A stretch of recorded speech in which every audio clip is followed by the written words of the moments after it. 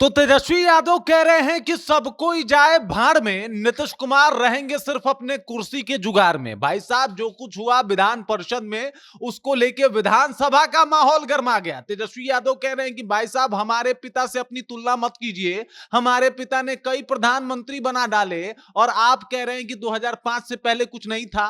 पूरा मामला आपको बताएंगे कि किस तरीके से राबड़ी देवी ने विवाद छेड़ा और उसके बाद अब तेजस्वी यादव ने एकदम से सामने से आके नीतीश कुमार की बखिया उधेरी है। पूरी जानकारी के ऊपर आते हैं, लेकिन उससे पहले मेरा परिचय जान लीजिए। मेरा नाम है रजत और आप जनता जंक्शन देख रहे हैं। आपको बता दूं कि राबड़ी देवी ने कहा कि भाई साहब, अंट संड बोल रहे हैं, 2 बार बेइज्जत कर दिया विधान परिषद के अंदर, इसीलिए हम सब लोग जो है वो विधान परिषद के बाहर आके धरना दे रहे हैं। और जब ये बात तेजस्वी यादव तक पहुंची तो तेजस्वी यादव ने कहा कि नीतीश कुमार की हालत जो है वो गंभीर है, नाजुक है।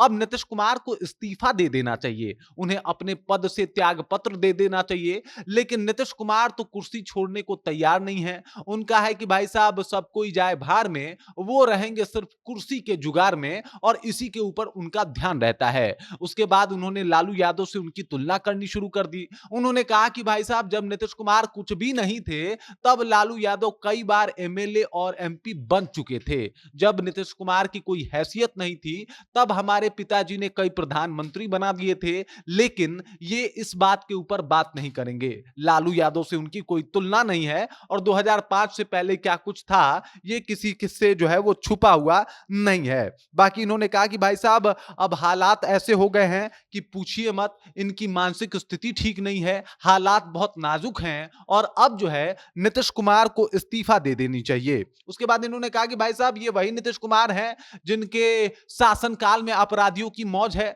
अपराधियों के लिए साहब कानून बदल देते हैं और कुछ अपराधी के लिए इनकी सरकार जो है वो कानून को अलग तरीके से पेश करती है, सबूत नहीं जुटा पाती और इसके अभाव में अपराधी बाहर आ जाते हैं। साफ तौर पे इनका निशाना था अनंत सिंह और आनंद मोहन सिंह को लेके, जो बिना नाम लिए उनको टारगेट किया तेजस्वी यादव ने और ये बात बोल दिया। मतलब जो बखेरा उठा था विधान परिषद से, अब वो विधानसभा तक पहुंच गया है। इस बात को आप समझ जाइए कि एक बार फिर से बवाल जो है वो छिड़ने वाला है। सबको पता है कि जैसे जैसे बिहार में सियासत ज्यादा करीब आते जाती है, एकदम से माहौल गर्मा जाता है और इसी का परिणाम है कि तेजस्वी यादव एकदम से हमलावर हैं और अब तो उन्होंने बखिया उधेरना जो कहा जाता है, उस तरीके से बखिया उधेर दी है। कह दिए कि भाई साहब, इनको अपने आप से सिर्फ मतलब है, बाकी इनको किसी चीज से मतलब नहीं है और अभी भी इनका कुर्सी का मोह जो है वो खत्म होने का नाम नहीं ले रहा। बाकी ये कह रहे हैं कि लालू यादव कभी जो है वो अपने सिद्धांतों से समझौता नहीं किए।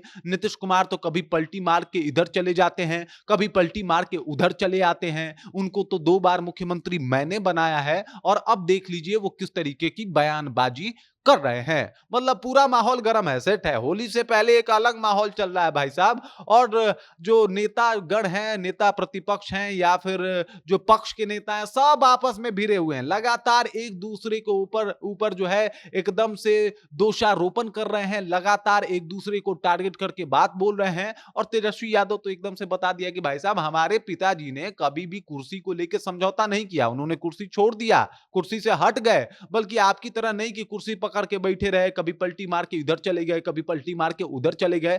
मतलब आप समझ जाइए कि माहौल जो है एकदम से गर्म है। और जिस तरीके से विधान परिषद के बाहर आके राबड़ी देवी ने बयान दिया, ये मानना तय था कि भाई साहब, तेजस्वी यादव की एंट्री तो होने वाली है। बाकी तेजस्वी यादव ने जो आरोप लगाया, जिस तरीके से उन्होंने एक बार फिर से नीतीश कुमार को लेके निशाना साधा, उसको लेके आप क्या सोचते हैं? आपके जहन में क्या कुछ चल रहा है? कृपया कमेंट कीजिए और अपना विचार हम तक पहुंचा दीजिए। बाकी आप देख रहे हैं जनता जंक्शन और मेरा नाम रजत है।